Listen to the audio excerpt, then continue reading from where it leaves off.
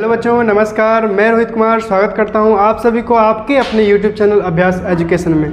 बच्चों, तो आज हम लेकर आए हैं कल रात को जो कि झार अपडेट के द्वारा दिया गया है 11th की और 8th की और 9th की MCQs वाला मॉडल सेट, और उसी चीज़ को आज हम डिस्कस करेंगे आप लोग के साथ। ठीक है ना। जो जो पढ़ाए थे उसके अकॉर्डिंग ही सारा आया हुआ है, आप देख सकते हैं। ठीक है ना। देख लीजिए क्या है, सेट 1 है और जो कि अपलोडेड है किसके द्वारा, तो Jharkhand council of educational research and training Ranchi. ठीक है ना, रांची के द्वारा अपलोडेड है। ठीक है ना। चलिए देख लीजिएगा क्या क्या बात है जो कि अहम रहेगा आपके लिए। हर एक पूरा क्वेश्चन का नंबर जो रहेगा वो 40 रहेगा। हर एक क्वेश्चन का 1 मार्क्स रहेगा बाबू। ठीक है ना। ऑप्शन चार दिए हुए रहेंगे। Students are expected to select the most appropriate answer. ठीक है ना। और जो अप्रोप्रिएट लगेगा, सही लगेगा, उसी को आपको सेलेक्ट करना है। All the questions are compulsory. 40 question है, 40 का 40 ही अटेम्प्ट करना है। ठीक है ना। चलिए, no marks will be deducted for wrong answer, मतलब गलत क्वेश्चन को करने के लिए आपको मार्क्स नहीं कटेंगे। ठीक है ना। चलिए क्या है, रीड द फॉलोइंग पैसेज। हर एक में आपको पैसेज पहले देखने को मिलेगा। 1 नंबर से 5 नंबर तक आपको पैसेज से जवाब देना है। चलिए पैसेज पढ़ लेते हैं हम लोग। क्या है पैसेज, उसके बाद आंसर होगा। Hatim Tai is a name that is associated with generosity and chivalry. क्या बाबू, हातिम ताई जो है एक नाम है जो कि एसोसिएट है किसको लेकर, तो जनरसिटी को लेकर और शिवारली को लेकर। जनरसिटी मतलब होता है उदारता और शिवारली मतलब होता है शिष्टता। ठीक है ना, शिष्टाचारी जिसको कह सकते हैं। His legend are popular throughout the Arab and Asian nations। ठीक है ना। जो उसका लेजेंड है वो कहाँ का है, तो अरब और एशियन नेशंस का। ठीक है ना। चलिए, हिज ग्रेट ग्रैंडफादर इस्टेब्लिश्ड, उसका जो ग्रैंडफादर है, great grandfather establish the prosperous and peaceful kingdom बसाया है कहाँ पे, तो after defeating the tyrant king of Yemen का टीरेंट किंग जो था उसको हराया और अपना क्या बोलते हैं, किंगडम बसाया। ठीक है ना। द डे हातिम ताई वॉज बॉर्न, वो दिन जिस दिन जन्म लिया हातिम ताई जिस दिन जन्म लिया, he showed the sign of generosity, उसने दिखलाया क्या, जेनरसिटी का, उदारता का साइन दिखलाया जिस दिन बर्थ हुआ उसका, उसी दिन। कैसे, तो as he refuse to take his feed, क्योंकि वो जो है ना अपना खाना लेने के लिए मना कर दिया। टेक हिज फीड रिफ्यूज़ कर दिया। ठीक है ना, मना कर दिया। फेमस जो एस्ट्रोलॉजर थे were called in to study his birth chart, उसको बुलाया गया पढ़ने के लिए बर्थ चार्ट, यानी कि जो होता है ना जन्म पत्री को पढ़ने के लिए उसे बुलाया गया। ठीक है ना। दे डिक्लेयर, उन्होंने कहा कि Hatim will grow up to be the most generous man, वो जब जन्म लिया और जब बड़ा होगा तो जेनरस मैन बनेगा, यानी उदार आदमी बनेगा। ठीक है ना। ही विल सर्व मैनकाइंड, वे जो है लोगों को बड़ा सेवा करेगा। ठीक है ना।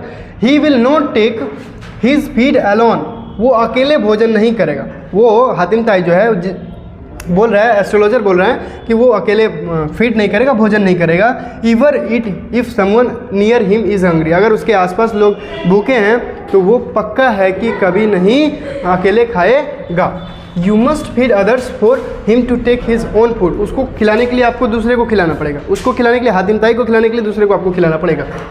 ऑन हियरिंग दिस हातिम ताई फादर, यह चीज़ सुनकर हातिम ताई के पिताजी ने, किसने बाबू, हातिम ताई के पिताजी ने, टुक charge of all the children born, बोल रहा है क्या, टुक चार्ज यानी कि आदेश दिया। क्या दिया कि जितने भी चिल्ड्रन बॉर्न किए हैं ऑन द सेम डे, उसी दिन जिस दिन हातिम जन्म लिया, उसी दिन जो बच्चा जन्म लिया है, they were brought him in the court, वो उसे लाया जाए, उस कोर्ट में लाया जाए, यानी कि जहाँ भी किंगडम था उसका एक कोर्ट होगा, वहाँ पर लाया जाए। And fed by the same nurse, और उसे खिलाया जाए, उस जो भी बच्चे जन्म लिए हैं उसे खिलाया जाए उसी नर्स से, सेम नर्स से, who was kept for Hatim, जो कि हातिम को रखा है, उसी से सबको खिलाया जाए। देयर आफ्टर, उसके बाद Hatim too happily took his feed, और उसके बाद खुशी खुशी हातिम भी खाना खा लिया। तो सच में हातिम ताई जो था वो क्या जनरस मैन है, जनरस था वो। चलिए अब आते हैं क्वेश्चन पे बाबू, देखिए आप लोग से सॉल्व होता है कि नहीं। Who defeated the tyrant king of Yemen, तो टीरेंट किंग जो था ईमेन का, उसको किसने हराया है बाबू, तो देख लीजिएगा। हातिम ताई क्या, नहीं, हातिम ताई के ग्रैंडफादर जी, अच्छा ग्रैंडफादर है, ग्रेट ग्रैंडफादर, ठीक है ना, ग्रेट ग्रैंडफादर, देख लीजिएगा बाबू लोग।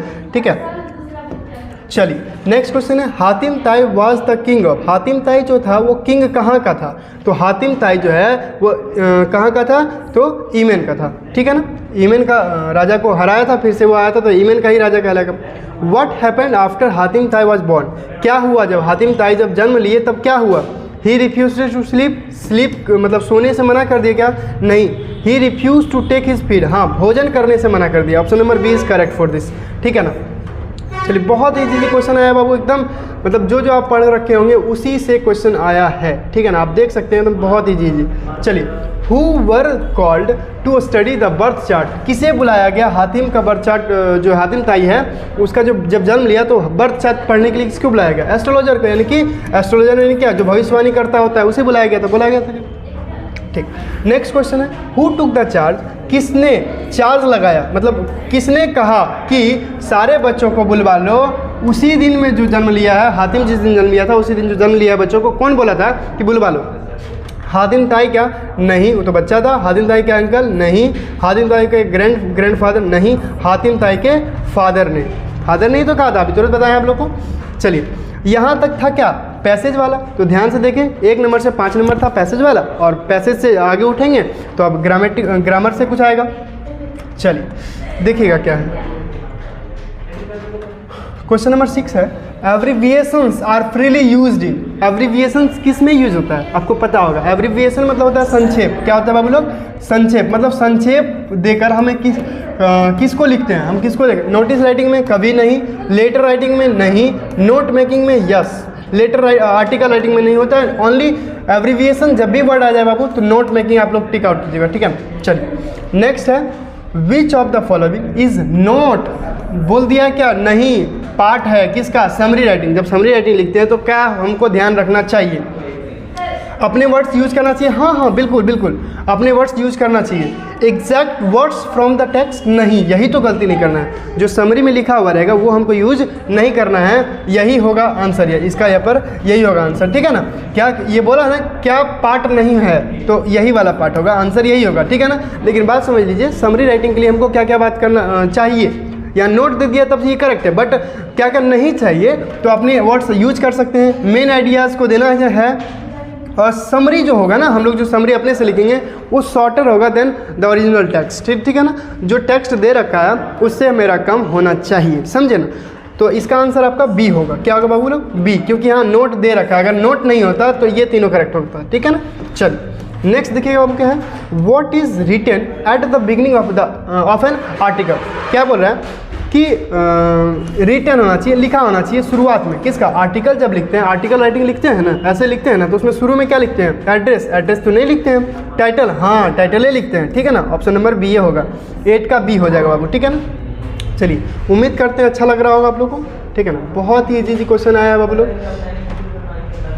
चलिए, articles are not meant for. Articles जो है किस रूप में नहीं होता है? तो न्यूज़पेपर में होता है, मैगजीन में होता है, मैगजीन के रूप में होता है, और ये जर्नल पे भी होता है, लेकिन लॉ बुक पे नहीं होता। ये तीनों टाइप का होता है आर्टिकल्स, लेकिन ये लॉ बुक नहीं होता। यानी कि आपका आंसर जो होगा ऑप्शन नंबर क्या हो जाएगा? सी हो जाएगा, क्योंकि नोट मिंट बोल दिया, ठीक है ना। ये तीनों तो होता है लेकिन ये नहीं होता है। चलिए बहुत बढ़िया। नेक्स्ट क्वेश्चन क्या है, which of the following is not a component of a letter to the editor? जब लेटर जो लिखा जाता है एडिटर के पास तो कौन सा कंपोनेंट इसमें नहीं है? क्या बाबू? नहीं है। टाइटल होता है क्या? कभी नहीं होता है। सैल्यूटेशन होता है, हाँ बोलते हैं ना, रिस्पेक्टेड सर, सर मैडम, है ना। डेट भी होता है, सिग्नेचर भी होता है, बट ये नहीं होता, यानी कि option number A is correct for this, ठीक है। ध्यान से देखिएगा, नोट हर जगह यूज कर रहा है, अगर नोट नहीं रहेगा तो उसका अलग से प्रावधान है, बट आपको नोट बार बार दे रहा है, यानी कि नोट क्या हो गया? नहीं होना चाहिए। एडिटर के पास जब लेटर लिखते हैं तो हमें पक्का ही ये कॉम्पोनेंट देखना होगा कि नहीं है, तो टाइटल नहीं होता। टाइटल किस में होता है? तो आर्टिकल राइटिंग, अभी तुरंत बताएं, आर्टिकल राइटिंग में होता है। चलिए क्या है, इन रिपोर्ट राइटिंग, जब रिपोर्ट लिखते हैं बाबू, जब हम लोग रिपोर्ट राइटिंग लिखते हैं तो आपको पता होगा नरेशन ऑफ द इवेंट यानी कि घटना जो भी घटता है इज ऑलवेज रिटन। तो किस में होता है? रिपोर्ट राइटिंग हमेशा पास्ट फॉर्म में होता है। क्या में होता है? तो वो पास्ट फॉर्म, प्रेजेंट फॉर्म नहीं, इमीडिएट पास्ट फॉर्म, बिल्कुल करेक्ट है, इमीडिएट पास्ट फॉर्म, यानी कि सब कुछ पास्ट। यहाँ क्या है? कंटिन्यूस और फ्यूचर है, बिल्कुल ये सब नहीं होगा। क्या होगा? पास्ट। जब भी रिपोर्ट राइटिंग लिखते हैं हमेशा पास्ट, क्योंकि देखिए आप ही सोचिए, कोई भी इवेंट है, वो चीज़ कभी भी घटा तो वो जरूर ही घट गया होगा, तभी तो हम उसके बारे में लिख रहे हैं। सोच लीजिए कि आप ही का बर्थडे कुछ दिन पहले गुजरा, तो जो बर्थडे जो गुजरा उसके बारे में हम लोग लिखेंगे, है कि नहीं? तो लिखेंगे तो जरूर वो गुजार लिए उसके बाद ही ना लिखेंगे। ठीक, तो ऑप्शन नंबर क्या हो जाएगा आपका? बी हो जाएगा। ठीक है ना, एकदम आराम से क्वेश्चन पढ़ के जवाब दीजिएगा बाबू लोग, ठीक ना। चलिए नेक्स्ट क्वेश्चन क्या है? We should not include dash in report writing. Report writing में हमको क्या इंक्लूड नहीं करना चाहिए? Personal comment, data collected. देखिए डाटा कलेक्टेड तो करेंगे, ठीक है ना। इन्फॉर्मेशन बाय विटनेस, जो भी वहाँ गवाही दिया कि ये हुआ भैया, तो वो सब तो देंगे ही, ठीक है ना। बी और सी तो होगा, लेकिन क्या क्या बोला? नहीं। देखिए यहाँ भी दिया है नोट, तो पर्सनल कमेंट वहाँ ऐड नहीं करेंगे। ना हम वहाँ पर थे, ना हम कुछ जानते हैं, तो हम अपने अनुसार तो वहाँ रख नहीं सकते। तो क्या लिखेंगे रिपोर्ट राइटिंग में? तो वहाँ जो डाटा कलेक्ट हुआ वो, और इन्फॉर्मेशन जो विटनेस से मिला वो। लेकिन इसमें क्या नहीं इंक्लूड करेंगे? तो पर्सनल कमेंट, ठीक है ना। पर्सनल कमेंट यानी कि आंसर इसका क्या हो जाएगा? ए हो जाएगा बाबू, ठीक है। चलिए जो है आंसर उसके साथ साथ आपको हम बताते चल रहे हैं कि क्या नहीं होगा क्या होगा, ठीक है ना। चलिए नेक्स्ट क्वेश्चन है, many teachers complain about their student these days. हो जाएगा, क्या हो जाएगा बाबू? These days. क्यों हो जाएगा दीज डेज? क्योंकि बहुत सारे टीचर कंप्लेन कर रहे हैं इन दिनों अपने स्टूडेंट के बारे में। इन दिनों हो जाएगा, क्या हो जाएगा? इन दिनों, यानी कि ऑप्शन नंबर बी 13 का बी हो जाएगा बाबू, ठीक है। नेक्स्ट क्वेश्चन कुछ ग्रामर से लिया गया है बाबू, ठीक है। चलिए Ravi is not at home. Ravi जो है वो घर पर नहीं है। दो सेंटेंस दे रखा है आपको, जैसे कि पहले में प्रेजेंट से ले लिया है, ही डैश आउट प्लेइंग फुटबॉल। वो गया है खेलने के लिए, फुटबॉल गया है खेलने के लिए, ठीक है ना। तो गया, ही के साथ क्या लगेगा? इज, नॉर्मल सी बात है, इज लगेगा, ठीक है ना। He is out playing football, क्योंकि यहाँ प्रेजेंट में हम क्यों लिए? ही के साथ आर नहीं लगता है, एम नहीं लगता है, वॉज लग सकता था, लेकिन यहाँ क्यों नहीं लिए? क्योंकि यहाँ पहले में हमको क्या दिया है? प्रेजेंट। तो प्रेजेंट है तो प्रेजेंट में जवाब देंगे, लेकिन इधर पास्ट रहता तो इधर भी हम पास्ट में जवाब देते, ठीक है ना। चलिए बहुत बढ़िया, आगे देखिएगा। इफ़ आई वर यू, अगर मैं तुम होते, I dash not do it. देखिए यहाँ पर वर है यानी कि पास्ट में है, तो यानी कि मस्ट होगा नहीं, कैन होगा नहीं। अगर मैं तुम होता, I would not do it, बिल्कुल वुड हो जाएगा, ठीक है ना। वुड हो जाएगा, क्या हो जाएगा बाबू? वुड हो जाएगा। चलिए बहुत बढ़िया। शुड नहीं, चाहिए कभी नहीं होगा, ठीक है ना। चलिए आगे देखिए, choose the grammatically correct sentence for the given jumbled word. Jumbled word यानी कि सब्जेक्ट को आप पीछे कर देगा, ऑब्जेक्ट को आगे, हेल्पिंग वर्ब को इधर उधर छीड़ा बदल देगा, ठीक है ना। किधर भी किसी को भी कर देगा, ठीक है ना। तो वो होता है जम्बल्ड वर्ड, ठीक है ना बाबू। चलिए तो ग्रामेटिकली करेक्ट करना है, यानी कि हेल्पिंग। देखिए क्या होता है कि सब्जेक्ट पहले, उसके बाद वर्ब का फॉर्म, उसके बाद ऑब्जेक्ट, इसी पर तो पूरा ब्रह्मांड बना इंग्लिश का। चलिए तो इसीलिए देखना होगा, सबसे पहले यहाँ पर चुनो सब्जेक्ट कौन सा है। इज एक्सपेक्टेड, इज है तो वर्ब जरूर दिख रहा है, हेल्पिंग वर्ब, उसके बाद वर्ब का थर्ड फॉर्म टू डू, ये एक्स्ट्रा वर्ड है। एवरी मैन, यहाँ पर क्या हो जाएगा बाबू?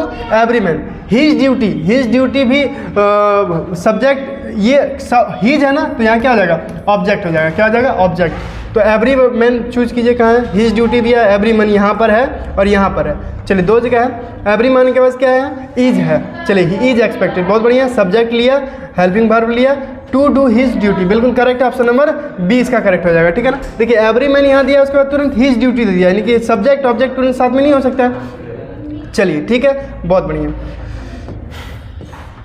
ऑप्शन नंबर बी हो जाएगा, 16 का आपका बी हो जाएगा। नेक्स्ट क्वेश्चन देखिएगा बाबू लोग, क्या है? Which one of the following, इसमें से कोई एक sentence is in the passive, जो है इसमें से कोई एक है जो कि पैसिव वॉइस में है, तो उसको आपको चूज करना है। आपको कुछ पता होगा, पैसिव वॉइस हमेशा वर्ब का थर्ड फॉर्म लेता है, ठीक है ना। पैसिव वॉइस हमेशा बाय के बाद ही ऑब्जेक्ट लगता है, ठीक है ना। ये सब बात आपको पता होगा। चलिए अगर प्रेजेंट में रहे तो सिंपल प्रेजेंट में रहे तो उसका जब पैसिव बनाते हैं इज एम आर का यूज़ करता है, उसका वर्ब का थर्ड फॉर्म आपको पता होगा। चलिए देखिएगा यहाँ पर क्या है कि vendors are selling good items, by का यूज़ नहीं किया है। चलिए Nidhi visited the new library, ऐसा कुछ नहीं है, सेंटेंस बता रहा है। The postman delivers the letter, ऐसा कुछ नहीं है। The room was cleaned, helping verb लिया है और उसके बाद यहाँ पर क्या है? वर्ब का थर्ड फॉर्म। बिल्कुल हमेशा ही वर्ब का थर्ड फॉर्म यूज़ करता है क्या? तो पैसिव वॉइस, ठीक है ना। वर्ब का थर्ड फॉर्म बाय यूज हुआ है और सुधांशु, बिल्कुल करेक्ट है। ऑप्शन नंबर डी हो जाएगा, 17 का डी। नेक्स्ट देखिएगा बाबू लोग, बहुत इजी क्वेश्चन है, ठीक है ना। आप लोग को बहुत मज़ा आ रहा होगा। नेक्स्ट क्वेश्चन है बाबू लोग, द करेक्ट पैसिव वॉइस, फिर से पैसिव वॉइस पूछ रहा है किसका? तो लाइब्रेरियन गेव मी बुक, तो लाइब्रेरियन क्या हो जाएगा बाबू, यहाँ सब्जेक्ट है तो ऑब्जेक्ट बन जाएगा, ऑब्जेक्ट, यहाँ भी ऑब्जेक्ट, यहाँ भी ऑब्जेक्ट, सब जगह है बाबू। चलो बढ़िया। गेव है यानी कि वर्ब का सेकंड फॉर्म है, तो ये जरूर ही वॉज लेगा या फिर वर लेगा बाबू, वर लेगा या फिर वॉज लेगा। तो देखिएगा, और ऑब्जेक्ट वहाँ क्या है, मी है, मी का ऑब्जेक्ट सब्जेक्ट इधर बनेगा तो आई बहुत करेक्ट है। आई के साथ एम लगेगा, बिल्कुल नहीं। आई के साथ इज लगेगा, बिल्कुल नहीं। चलिए आगे तो कुछ बात ही नहीं है, ठीक है। तो I was given a book by the librarian, बिल्कुल करेक्ट है, यानी कि ऑप्शन नंबर ए। आगे हमको देखने की जरूरत नहीं पड़ी, ठीक है ना। नेक्स्ट क्वेश्चन देखिएगा, What were the children taught at the village school? क्या बोल रहा है बाबू, अब ये अब बुक से आ गया, ठीक है ना, आपका बुक जो है उससे अब आ गया है, ठीक है ना। क्वेश्चन देखिएगा 19 नंबर का क्वेश्चन है, What were the children taught at village? आपको पता होगा the portrait of A lady, ठीक है ना, खुशवंत सिंह वाला चैप्टर। तो बोल रहा है कि इसमें इसका आंसर गलत दिया हुआ है। क्वेश्चन है, What were the children taught at the village school? Village school में बच्चों को क्या पढ़ाया जाता था? तो क्या प्रेयर? हाँ प्रेयर पढ़ाया जाता था। साइंस? नहीं। अल्फ़ाबेट? हाँ, यानी कि ए एंड बी किस में है? ऑप्शन नंबर डी हो जाएगा, ठीक है ना। ठीक, देखिएगा नेक्स्ट क्वेश्चन। अगर इसका ऑप्शन देखिएगा आप, ये जो मॉडल सेट का आंसर जो दिया है पीछे में, इसका रॉन्ग दिया है बाबू। What were the children taught at the village school, इसका रॉन्ग दे दिया है, ये दिया है ए, जो कि गलत है असल में। 19 का डी होगा, क्योंकि आपको पता होगा चैप्टर पढ़े होंगे, प्रेयर भी पढ़ाया जाता था और प्रीस्ट के द्वारा प्रेयर भी पढ़ाया जाता था और अल्फ़ाबेट को भी पढ़ाया जाता था। नेक्स्ट क्वेश्चन है, what would the author's grand mother feed the sparrows with? क्या बोल रहा है बाबू, स्पैरो को किससे खिलाया जाता था, क्या खिलाया जाता था, कहाँ पर? तो शहर में। स्पैरो जब बात आई बाबू, कुत्ते जब आते थे तो चपाती खिलाता था, जो कि गांव में। कुत्ता यहाँ ऑप्शन में है नहीं, यहाँ बोला जा रहा है स्पैरो को। क्या आ जाएगा? स्पैरो को क्या खिलाया जाता था? तो ब्रेड। क्या बाबू? ब्रेड। चपातीज तो डॉग, चपातीज किसको? तो डॉग को, ठीक है ना, वो भी विलेज में। चलिए, यहाँ सिटी नहीं दिया है, हालांकि सिटी का बात किया गया है कि स्पैरो को कहाँ खिलाया जाता था? तो सिटी में, ठीक है ना, क्योंकि वहाँ कुत्ता मिलता नहीं था उन लोग को। चलिए, खुशवंत सिंह ग्रैंडफादर, खुशवंत सिंह का जो ग्रैंडफादर था वाज एन ओल्ड, बहुत बड़ा आदमी था। हु यूज्ड टू, जो कि पहना करता था। क्या पहना करता था? बिग टर्बन, बिल्कुल। जींस होगा नहीं, ट्राउजर होगा नहीं, यानी कि क्या होगा? बिग टर्बन होगा, बड़े से टर्बन आपको पता होगा, है ना। चलिए, the length of the wave walker जो कि पढ़े होंगे, if we all be together, यानी कि we are not afraid to die if we can all be together, इस चैप्टर से लिया गया है, जो कि 23 मीटर्स हो जाएगा। वेव वॉल्कर का लंबाई जो था 23 मीटर था, ठीक है ना बाबू। चलिए, उम्मीद है अच्छा लग रहा होगा आप लोगों को। चैप्टर पढ़े होंगे तो मज़ा लग रहा होगा, और अगर नहीं पढ़े हैं तो बाबू शायद नहीं लग रहा होगा, ठीक है। चलिए, क्वेश्चन है, what was Woodhouse's last painting? Woodhouse का लास्ट पेंटिंग क्या था? आपको पता होगा। फ्लाई नहीं, वोमेन नहीं, लैंडस्केप। क्या था बाबू? Of painting of landscape. Woodhouse कहाँ का था? तो चाइनीज पेंटर था, आपको पता होगा। चलिए, हु डिस्कवर्ड टर्ट्स टॉम? टर्ट्स के टॉम को कौन खोजा था? तो हावर्ड कार्टर ने, ठीक है ना। शायद 1922 था कि क्या था, 1922 में शायद हावर्ड कार्टर ने इसको खोजा था। चलिए, नेक्स्ट क्वेश्चन है बाबू। नेक्स्ट क्वेश्चन है, द कार्डबोर्ड शोज, जो कार्डबोर्ड है वो दिखलाता है द पिक्चर ऑफ, किसका पिक्चर दिखलाता है? स्कूल गर्ल की नहीं, नेवर की नहीं, रियल सिस्टर की बिल्कुल नहीं, पोएट की माँ की और उसकी 2 बहन थी, उनकी माँ की 2 बहन थी, उनके बारे में दिखलाता है, ठीक है ना, आपको पता होगा, चाहे पोएम पढ़े होंगे। What is the meaning of the phrase poem of the earth? Poem of the earth बोलने का मतलब क्या है इस चैप्टर में? पोएम इज अबाउट अर्थ नहीं। Rain gives the same pleasure, बिल्कुल, rain give the same pleasure to earth as the poem gives to human, जैसे प्लेजर ह्यूमंस को मिलता है उसी तरह प्लेजर किसको मिलता है? अर्थ को। इसलिए कहा गया है कि ये पोएम है किसका? अर्थ का, ठीक है। चलिए, विच मंथ, देखिएगा क्वेश्चन क्या है, which month of the year का कौन सा मंथ डिस्क्राइब किया गया है पोएम में? लेबरनम टॉप, आपको पता होगा सितंबर, ठीक है ना, सितंबर मंथ के बारे में बताया गया, क्योंकि पतझड़ का मौसम बताया गया लेबरनम टॉप का। चलिए, what is hidden in an infants face? Infant के फेस में क्या हिडन रहता है? इनोसेंस। क्या रहता है बाबू? इनोसेंस, ठीक है ना। चलिए,